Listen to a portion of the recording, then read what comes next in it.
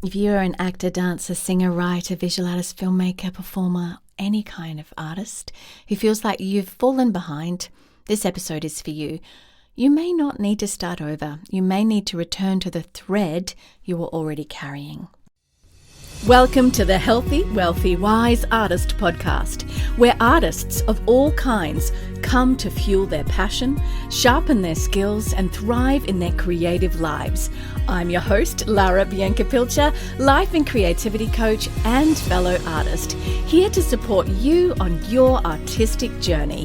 Whether you're a performer, writer, visual artist, or any kind of artist, this is the space for real talk, practical advice, and inspiring stories. Subscribe and join us each week for more inspiration and actionable insights to fuel your artistry. Let's dive in and get inspired. Welcome back to Healthy, Wealthy, Wise Artist, the podcast for artists, performers, makers, storytellers, and creative souls who want to reconnect with their creative identity in a world that moves too fast. I've just recently returned from a month in Australia, and I'm so excited to be back here in the US before I head to Europe again. It's been a big travel season of book launching and creative events all around the world, from Belgium to Sunshine Coast to Sydney to Perth, Australia, and I'll go to Finland soon. It's just been wild. I'm Lara Pilcher, ICF PCC certified life coach and creativity coach, educator, performer, published author.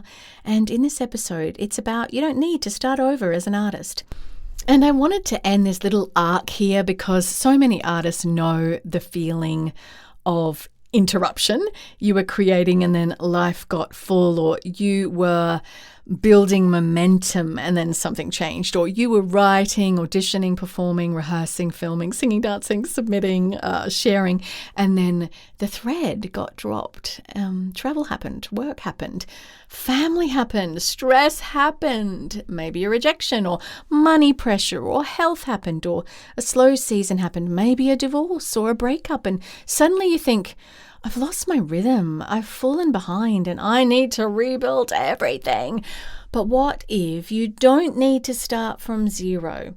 What if returning to your art is not about punishing yourself back into motion, but learning how to pick up the thread with more kindness, clarity, and maturity? I recently had to pick up the thread because I performed in Belgium. I did a musical theatre 10-minute work that was original that I created, and my husband's like, babe, it's like riding a bike. Just get back on the bike, because I've had a whole career doing that as a professional performer. But I'd had a little break. I was focusing on different things. So the nerves went up and a lot of that. But this is where this episode's coming from. It's just picking up the thread with kindness, clarity, and maturity, and realizing what you already have.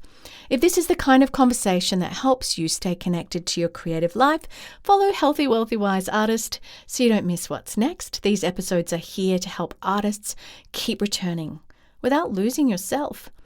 And this is also one of the deeper conversations and themes inside my book, Audacious Artistry, Reclaim Your Creative Identity and Thrive in a Saturated World, published traditionally in London by Collective Inc. The book is for artists who try to build a creative life and are trying to build something real, not a fantasy life where nothing interrupts you, nothing hurts, nothing changes, and your confidence is always high, but creativity and identity and resilience in a real world, and learning how to stay connected to your work. You can find it and the free group study that I encourage you to grab some other creative souls. Download the free group study and do the questions at the end of each chapter. You can find all of that at larabiancapilcher.com/book. Let's talk about the emotion of shame that can come with returning. I have a precious friend who's been through the hardest time, professional dancer, absolute traumatic 3+ years of divorce and many other things. And in that, her creativity in her dance just by life took a back seat. And returning for her came with anxiety and shame and a lot of things, but yet it was part of her healing. Many artists are not only dealing with the practical challenge of getting back to their creative work, they are dealing with the emotional weight of what they think the pause means. Now, whether you're a dancer, an actor, a singer, a writer, a visual artist, a filmmaker, you may have had a season where you pulled back or life pulled you back. Maybe it was a few days, maybe a few weeks, maybe a few months, maybe it's been years, maybe decades. And when you looked back at the work, instead of feeling invited, you actually felt accused. The notebook seems to say, "Where have you been, failure?" The instrument seems to say, "You've lost it." Your body seems to say, "Oh, your leg is so low, you're not where you used to be." The mirror might say, "You don't look the part anymore." The draft seemed to say, "You abandoned me, you are not a serious artist." The idea seemed to say, "Somebody else has probably done it by now, so yeah, don't worry about this idea." The platform seemed to say, "You disappeared. The last date you posted was 2023. That was 3 years ago," whatever it is. And then before you begin again, you are carrying like a whole court case against yourself, saying that you are guilty. You tell yourself, "I always do this. I can't stay consistent. I'm too late. I should be further along. Real artists don't stop like this." But that's not true, because real artists are human, like you. They stop. They pause, they get interrupted, they get fired, they get tired, they lose momentum, they change, they grieve, they work other jobs, they raise children, they nurture their health in different seasons, they care for people, they move countries, they get sick, they come back, different. The problem is not always the interruption. Sometimes the bigger problem is the story you tell yourself about the interruption. Now, if this is hitting something in you, send this episode to another artist who might have been carrying that shame about starting again, because so many artists do not need another lecture about consistency. They need a way back without humiliation. Let's bring in a simple psychological lens. When we stop doing something that matters to us, our brain often tries to explain the gap. And if we're already feeling vulnerable, the explanation can become very harsh. Instead of saying, "Life got full," the mind says, "I'm not disciplined." Instead of saying, "I needed rest," the mind says, "I'm lazy." Instead of saying, "I lost rhythm," the mind says, "I'm not a real artist." Instead of saying, "This needs a small return," the mind says, "I have to start over completely." That kind of thinking can make the return feel bigger and more threatening than it needs to be. It turns a pause into an identity crisis. It turns a next step into a mountain. It turns one honest return into a dramatic reinvention. And when the return feels too big, many artists avoid it. Not because they don't care, because they care so much that returning feels loaded. Here is one helpful reframe. A pause is not the same as an ending. A gap is not the same as failure. A slow season is not proof that the artist in you has disappeared. The creative thread may be thinner than it was. It may be tangled. It may need patience, but it is not necessarily gone. And the truth I want you to get is you do not need to punish yourself into returning to your art. You need to make the return possible. That means reducing the drama around the first step. It means refusing to turn the return into a verdict on your entire identity. It means choosing contact before intensity, just coming back into touch with your art rather than some program that goes for 6 weeks of return that the intensity is overwhelming. Because a small return is still a return. It's one page, it's a class, a warm-up, a sketch, a voice note, it's a song, it's a scene, it's a conversation, it's an hour, it's an audition submission, it's a paragraph, it's a walk where you admit what you still want to yourself, a journal session maybe. The return does not have to be impressive to count. It has to be authentic and honest to begin. If you need a clearer next step back, here's 2 things that could help. My free masterclass called Stop Begging for Scraps. It's 30 minutes on demand. You can get it at larabiancapilcher.com/masterclass. And the other free resource you can get at larabiancapilcher.com/book. It's a free group study that you can do with the book Audacious Artistry at that same site, larabiancapilcher.com/book. You can download the free study and get some friends and together walk through questions that will bring motivation and a framework and a creative identity brief and a way to show up in the world as a creative moving forward in community, or you can do it alone. Either way, larabiancapilcher.com/masterclass or /book. So, how do you return without starting over? First, stop making the gap the main character. Yes, there was a gap. Name it honestly. You paused, you pulled away, you lost rhythm, you got tired. You were disappointed, life was full, but the gap does not need to become the whole story. If you spend all your energy analyzing why you stopped, shaming yourself for stopping, and trying to create a perfect system so you never stop again, you may have no energy left to actually return at all. The question is not only, why did I stop? Sometimes the better question is, what is still here? What still matters? What still calls to me?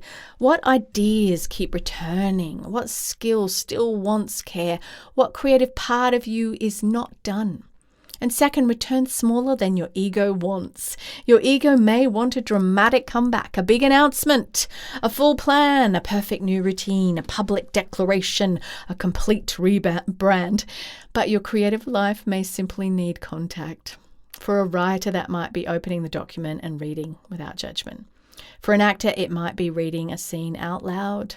For a dancer, it might mean a class or a private stretch where the body is not being punished for where it's got to because it hasn't been moved in that way for a while. For a singer, it might need a gentle warm-up. For the filmmaker, it might mean revisiting one idea or watching a scene with attention or creating something on an iPhone because you don't have the materials to do anything else in that season. Lots of great work, award-winning work, has been created that way. For a visual artist, it may be 10 minutes with materials, not a finished piece. Return through contact before commitment.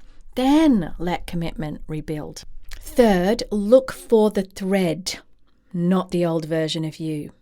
That's really important. Sometimes artists do not return because they're trying to return to exactly who they used to be.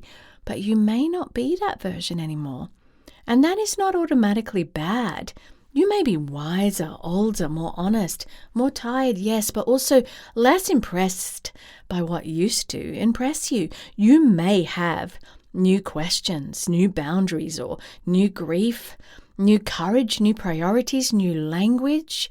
Returning to art does not always mean going back. Sometimes it means bringing the thread forward. The thread might be your love of story, your need to move, your ear for language, your hunger for truth, your eye for beauty, your desire to make meaning, your fascination with people, your deep care for the work. That thread may still be there, even if the form needs to change. And fourth, rebuild trust with yourself through small, kept promises. Not huge promises, small, kept promises. This matters because many artists break trust with themselves by making plans that are too big for their actual life. This usually happens around New Year. My New Year's resolution is that I will do blah, blah, blah every day of the year. And then you break trust with yourself. It was too big. It wasn't bite-sized. It wasn't achievable. They declare a complete return. Then they miss one day. Then shame floods in. Then they stop again. And that felt bad, so they move away. Instead, choose a promise you can keep. 10 minutes, 1 page, 1 rehearsal, once a week, 1 pitch, 1 walk, 1 practice, 1 conversation, 1 hour, 1 small return repeated with authenticity and honesty can do so much more than 1 giant promise made from panic. And fifth, let the return be emotionally mixed. You do not have to feel inspired all the time. You may feel tender, awkward, frustrated, rusty, hopeful, embarrassed, relieved, sad, or excited. All of that can be part of returning. Do not wait for the perfect emotional state. Sometimes the feeling comes after contact, not before. This is especially true if you've been away from the work for a long time or for a while. The first return may not feel like fireworks. It may not feel like cleaning a room you've avoided. It may not feel like opening a door and feeling like a beautiful space awaits. It might feel like opening a door and finding dust. That does not mean the room is not worth entering. It means it needs air. And finally, remember this. Your creative life is allowed to have continuity even after interruption. It's allowed to continue even after interruption. Even when it's not perfect, you are allowed to continue. You are not a brand new artist every time you pause. You carry history, your training, taste, questions, craft, your attention, your losses, attempts, unfinished work, your quiet learning, your lived experience, your humanity. The pause did not erase all of that.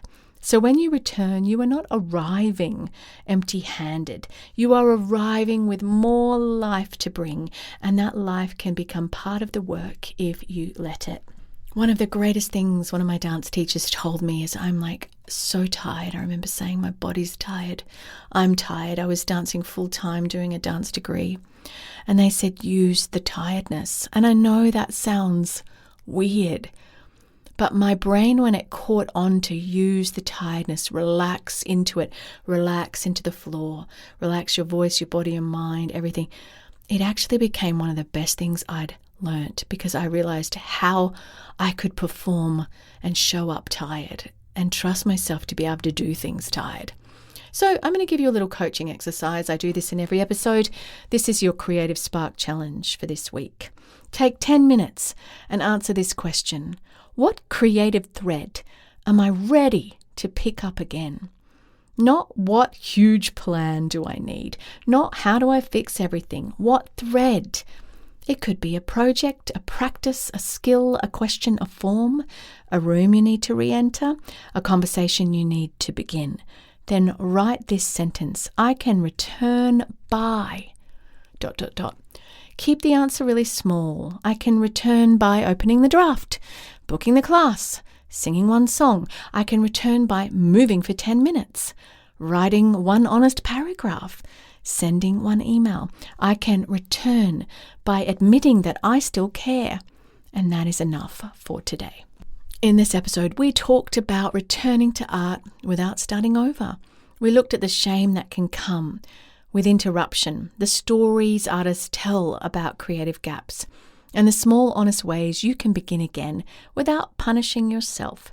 Remember, you do not need to punish yourself into returning to your art.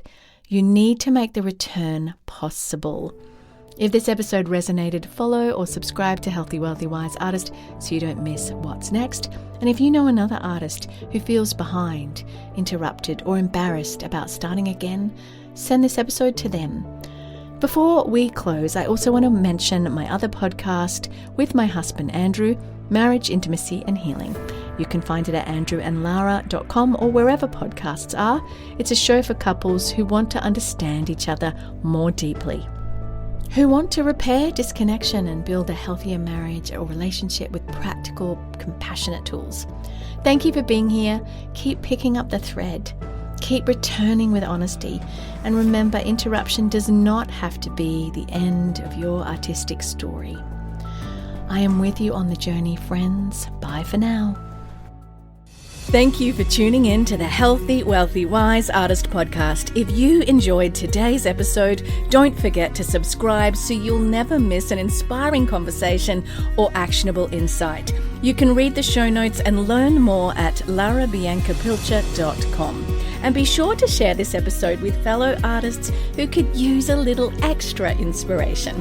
Until next time, keep creating, stay audacious, and remember, your artistry matters.